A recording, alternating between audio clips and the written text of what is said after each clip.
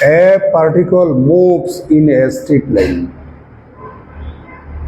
একটা পার্টিকল বা একটা বস্তুকণা মুভ করে, নড়াচড়া করে, মুভ করে বা চলমান in a straight line way, একটা সরল রেখার উপরে, একটা সরল রেখা বরাবর সে মুভ করে। আমি সরল রেখাটা এটা ধরলাম, এটা হচ্ছে আমাদের ওয়ে, একটা সরল রেখা। পার্টিকলটা মুভিংটা স্টার্ট হয় from rest at the point A, অর্থাৎ পার্টিকলটা আমার এ বিন্দুতে রেস্টে ছিল। এই বিন্দুটাতে পার্টিকলটা রেস্টে ছিল, স্থির অবস্থায় ছিল। তার উপর যখন বল প্রয়োগ করা হলো তখন পার্টিকলটা ওয়ে সরল রেখা বরাবর মুভ করতেছে, চলমান। এই পয়েন্টটাকে বলা হয় সেন্টার অফ ফোর্স। মুভ করার সাথে তার অ্যাক্সিলারেশন থাকবে। এই অ্যাক্সিলারেশনটা কিরকম? অ্যাক্সিলারেশনটার ক্যারেক্টার হচ্ছে which is always directed away from the origin. Towards মানে হচ্ছে কেন্দ্রমুখী, আর অ্যাওয়ে মানে হচ্ছে কেন্দ্র থেকে বহির্মুখী। অর্থাৎ আজকের যে পার্টিকলটা, আমরা পার্টিকলটাকে এই পাশ দিয়েই ফোর্সটা ক্রিয়েট করব, অর্থাৎ এই পাশে ফোর্সটা প্রয়োগ করব। তাহলে পার্টিকলটার উপরে এই পাশ থেকে যখন বল প্রয়োগ করা হবে, পার্টিকলটা এই সরল রেখা বরাবর মুভ করবে এবং মূল বিন্দু হতে বহির দিকেই কিন্তু তার ডাইরেকশনটা। বুঝে আসছে? তো অ্যাওয়ে বললে মূল বিন্দু থেকে বা সেন্টার অফ ফোর্স থেকে বাইরের দিকে, তখন আমরা পজিটিভ সাইনটা ইউজ করব। এবং আমার সেই অ্যাক্সিলারেশনটা ভেরি করে, পরিবর্তনশীল হয়, ভেরি করে অ্যাজ দ্য ডিস্টেন্স ফ্রম ও, অর্থাৎ টি সময়ে পার্টিকলটা যে দূরত্ব অতিক্রম করে ওই দূরত্বের উপর ভিত্তি করে বা ওই দূরত্বের সাথেই আমার অ্যাক্সেলারেশনটা ভেরি করে বা সমানুপাতিক। এক্ষেত্রে আমাদেরকে বলল ডিটারমিনেশন দ্য মোশন, গতির প্রকৃতি নির্ণয় করতে বলছে বা গতি নির্ণয় করতে বলেছে। বুঝতে পারছেন? তাহলে ডিসকাস দ্য মোশন বা ডিটারমিনেশন অফ মোশনের অর্থ হচ্ছে কোন একটা পার্টিকলের উপরে যখন বল প্রয়োগ করা হবে, বল প্রয়োগ করার পরে তার যে অবস্থান বা অবস্থা, অবস্থান মানে হচ্ছে দূরত্ব। বল প্রয়োগ করার পরে সে একটা জায়গায় গিয়ে তো থামবে একটা নির্দিষ্ট সময়ে, তাকে বলা হয় অবস্থান। আর অবস্থা মানে হচ্ছে ওই বিন্দুতে তার ভেলোসিটি কীরকম হবে, ওই বিন্দুতে তার অ্যাক্সিলারেশন কী হবে। ওভারঅল বল প্রয়োগ করার পরে পার্টিকলটার যে বিহেভিয়ার বা আচরণ, ওটা আলোচনা করার অর্থ হচ্ছে ডিটারমিনেশন অফ দ্য মোশন। তাহলে সলিউশনটা দেখুন, এটা ইম্পর্টেন্ট। এটা 2019 সাল আসছে, 2018 সাল আসছে, 2015 সাল আসছে, 2008 সাল আসছে আপনাদের অনার্সে, আর এমএসসি প্রিলিমিনারিতে আসছে 2020 সালে। পার্টিকলটা এই বিন্দুতে স্থির অবস্থায় ছিল। সেন্টার অফ ফোর্স ও এটাও স্থির, এ বিন্দুটাও কিন্তু স্থির পয়েন্ট বা ফিক্সড পয়েন্ট। দুটা ফিক্সড পয়েন্টের মধ্যবর্তী দূরত্ব কিন্তু ফিক্সড। তো আমি মধ্যবর্তী দূরত্ব ফিক্সড এ ধরে নিলাম। এবার আমার ডান হাতে একটা স্টপ ওয়াচ নেব, বোঝার সুবিধার জন্য কথাগুলো বলছি। আমি যখন এই পাশ থেকে বল প্রয়োগ করব, বল প্রয়োগ করার সাথে সাথে স্টপ ওয়াচটা অন করব। সময় যত স্টপ ওয়াচে বাড়তে থাকবে, পার্টিকলটা কেন্দ্র থেকে দূরে সরে চলে যাবে। একটা সময়ে পার্টিকলটা, অর্থাৎ টি সময়ে পার্টিকলটা পি বিন্দুতে এসে পৌঁছেছে। টি সময়ে টি এর মান 1 সেকেন্ড, 2 সেকেন্ড, 5 ঘন্টা, 10 ঘন্টা যাই হতেই পারে। অর্থাৎ সময়ের উপরে এই বিন্দুটা পরিবর্তন হবে। আমার কথা বুঝে আসছে? সময় যত বাড়বে পি বিন্দুটা এদিকে আরও আসবে, সময় যত কমবে পি বিন্দুটা এদিকে থাকবে, তাহলে পি বিন্দুটা হচ্ছে মুভিং পয়েন্ট, ভেরিয়েবল পয়েন্ট। তাহলে এটা যদি মুভ করে, এটা যদি ফিক্সড হয়, তাহলে পিটা কি ফিক্সড থাকবে নাকি এটাও ভেরি করবে, এটাও পরিবর্তন হবে? তাহলে পার্টিকলটা টি সময়ে পি বিন্দুতে এসে পৌঁছেছে, তাহলে আমি পি সমান ভেরিয়েবল ধরলাম এক্স ডিস্টেন্স টি সময়ে। যখন পার্টিকলটার উপরে কোনো ফোর্স ক্রিয়েট করি নাই, ওই মুহূর্তে স্টোবো আছে টাইমটা 0 ছিল, অর্থাৎ ইনিশিয়াল অবস্থায় টাইমটা কত ছিল? 0 ছিল। সে তখন স্থির ছিল, আমার ভেলোসিটিটাও তখন কত? 0। যখন ফোর্স ক্রিয়েট করি নাই, তখন পি বিন্দুটা এর উপরেই তো ছিল, তাহলে পি সমান যদি এক্স হয়, এর সমান যদি এ হয়, তাহলে ইনিশিয়াল অবস্থায় আমার এক্স সমান কত বলেন তো দেখি? এ। এই যে ইনিশিয়াল কন্ডিশনগুলো আমরা অ্যাপ্লাই করব আরবিটারি কনস্ট্যান্টের মান বের করার জন্য। তাহলে আমার অ্যাক্সিলারেশন হচ্ছে বেরি করে as the distance টি সময়ে পার্টিকলটা পি বিন্দুতে এসে পৌঁছেছে, তাহলে পি সমান কত? এক্স। এটাই তো টি বিন্দুতে পার্টিকলটার ডিস্টেন্স, তাহলে ডিস্টেন্সের সাথে সমানুপাতিক। ডিস্টেন্স কত? এক্স। আপনারা সবাই জানেন ডিএফ সমান হচ্ছে ডিবি ডিটি। বিটা হচ্ছে velocity, the rate of change of velocity with respect to time t is known as acceleration. প্রপোর্শনালটাকে ভাঙলে একটা ইকুয়াল সাথে একটা কনস্ট্যান্ট দিতে হয়। আমি কনস্ট্যান্টটাকে মিউ ধরলাম ইকুয়াল ইন্টু কত? এক্স। গতদিনের অঙ্কের মধ্যে এখানে একটা মাইনাস দিয়েছিলাম, এখানে পজিটিভ।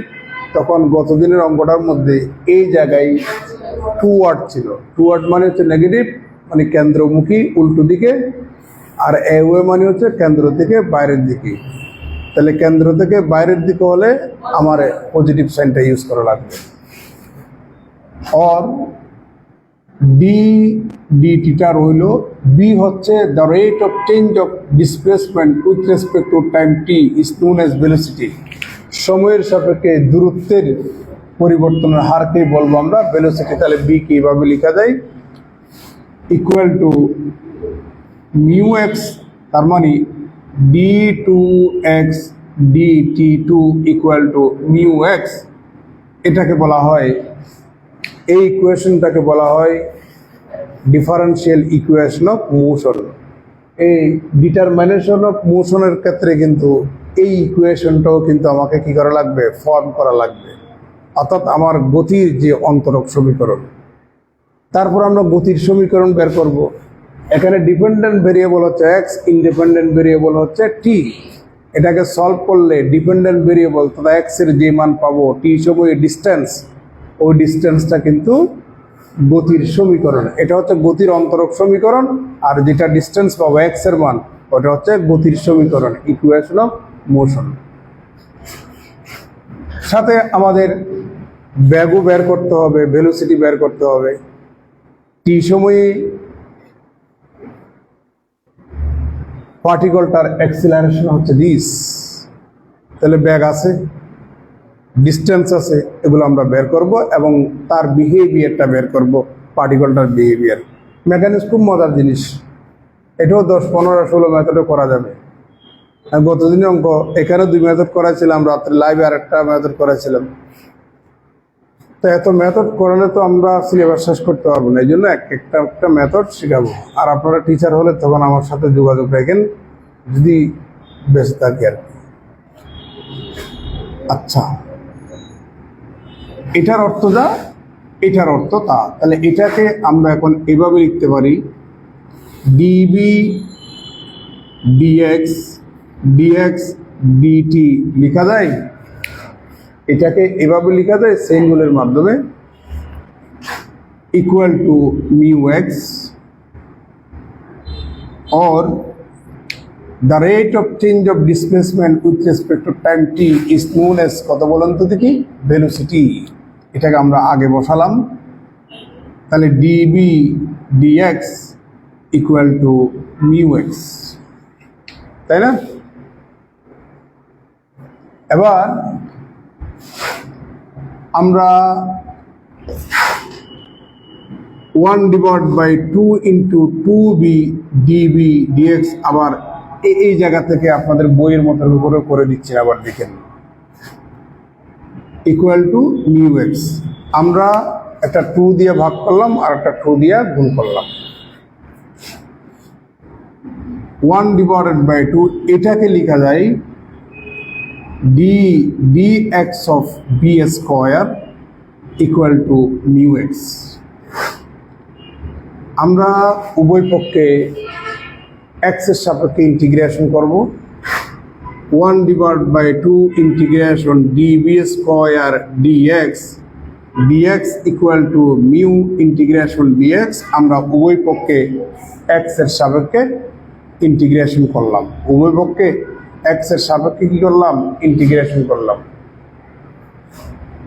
অর 1/2 ইন্টিগ্রেশন, আর এটাকে লেখা যায় db স্কোয়ার, কারণ dy dx কে আমরা dy লিখতে পারি, dx ক্যান্সেল করে dy টা আসছে এমন না।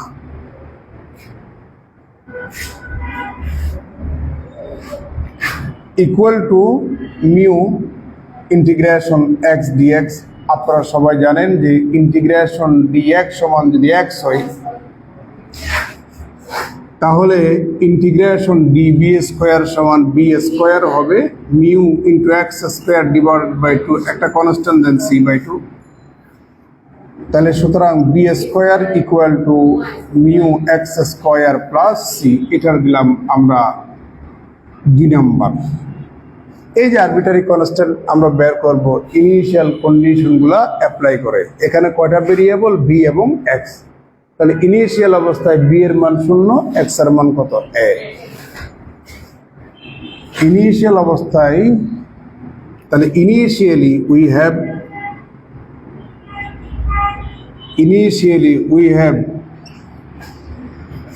X equal to A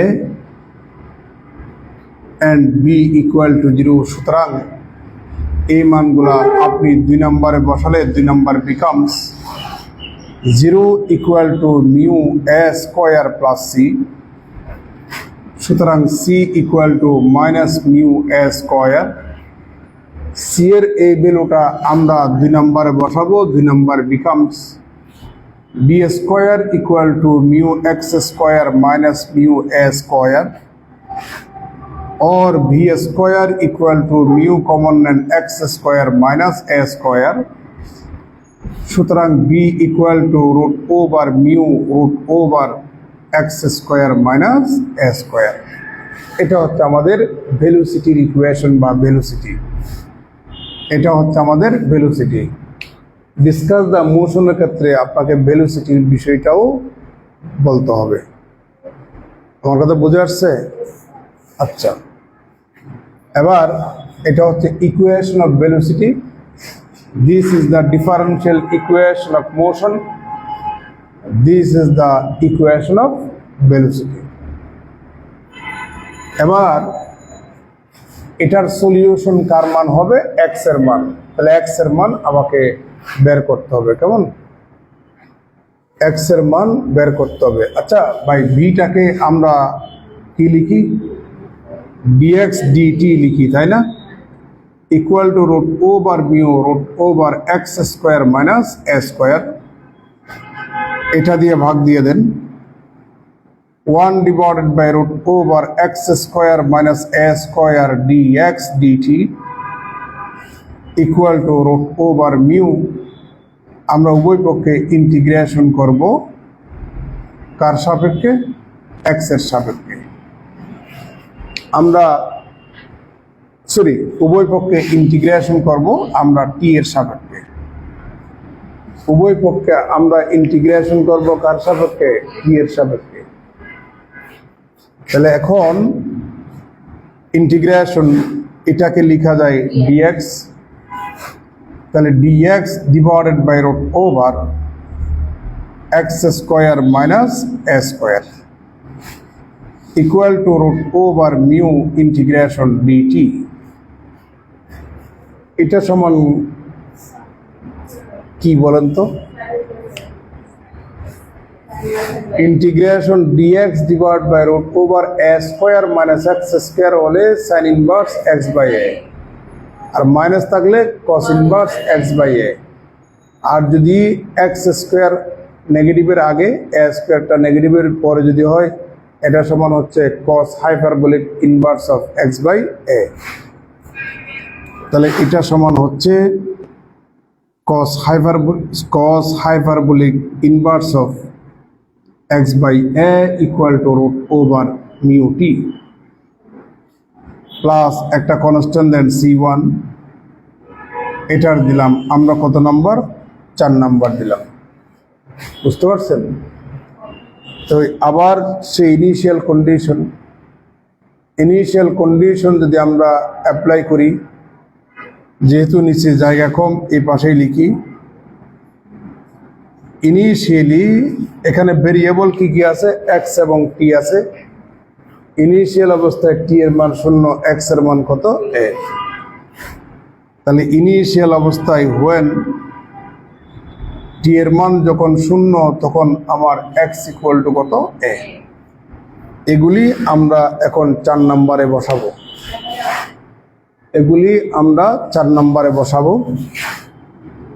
4 number becomes cos hyperbolic inverse of 1 equal to 0 plus c1, cos hyperbolic inverse 1 সমান 0, cos inverse 1 সমান কত? 0। তার মানে আপনি পাচ্ছেন c1 সমান কত বলেন? 0। তাহলে c1 এর এই ভ্যালুটা আপনি 4 নম্বরে বসাই দেন, তাহলে পাবেন cos hyperbolic inverse of x divided by a equal to root over mu t। তাহলে এখানে পাচ্ছি x equal to a cos hyperbolic function of root over mu t। এটা হচ্ছে আমাদের ডিসটেন্স, এটার সলিউশন। এটাই হচ্ছে ইকুয়েশন অফ মোশন। এটাই হচ্ছে আমাদের ইকুয়েশন অফ মোশন। বুঝতে পারছেন? This is the differential equation of motion. This is also acceleration of the particle at time t. This is the equation of motion which represent the distance of the particle from the center of force to at time t. This is the velocity. বুঝতে পারছেন? Velocity আমরা এখান থেকেও বের করতে পারি। আবার এটাকে আপনি টি এর সাপেক্ষে আপনি ডিফারেন্সিয়েশন করুন, ভেলোসিটি পাবেন। ওটাকে যদি আপনারা টি এর সাপেক্ষে আবার ডিফারেন্সিয়েশন করেন, ভেলোসিটি পাবেন। বুঝতে পারছেন? ভেলোসিটিটা পাবেন। তাহলে আমরা এটাকে আরেকবার টি এর সাপেক্ষে ডিফারেন্সিয়েশন করি।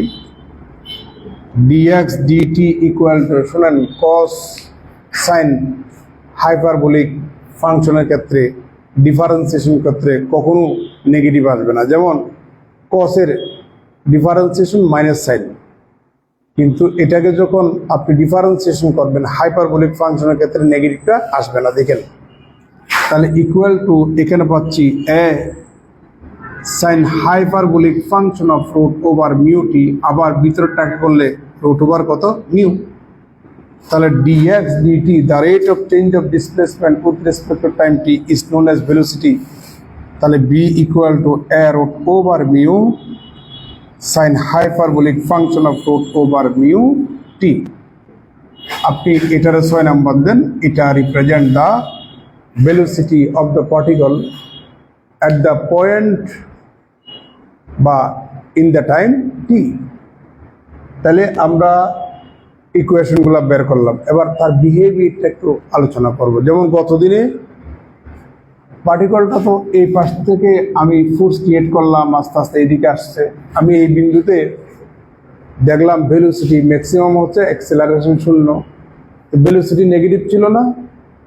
ওখানে গতির জড়তার কারণে পার্টিকলটা এদিকে চলে আসবে। একটা সময় আবার এখান থেকে এর ডিস্টেন্স যা, এখান থেকে ঠিক ডিস্টেন্সে এসে আবার ভেলোসিটি শূন্য হয়ে যাবে, অ্যাক্সিলারেশন বেড়ে যাবে, অ্যাক্সিলারেশন বাড়ার সাথে সাথে এভাবে উসিলেট করতে থাকবে। তাহলে পার্টিকলটার আচরণ ছিল সেই সরল দোলন গতির ক্যারেক্টারটা সে পালন করে।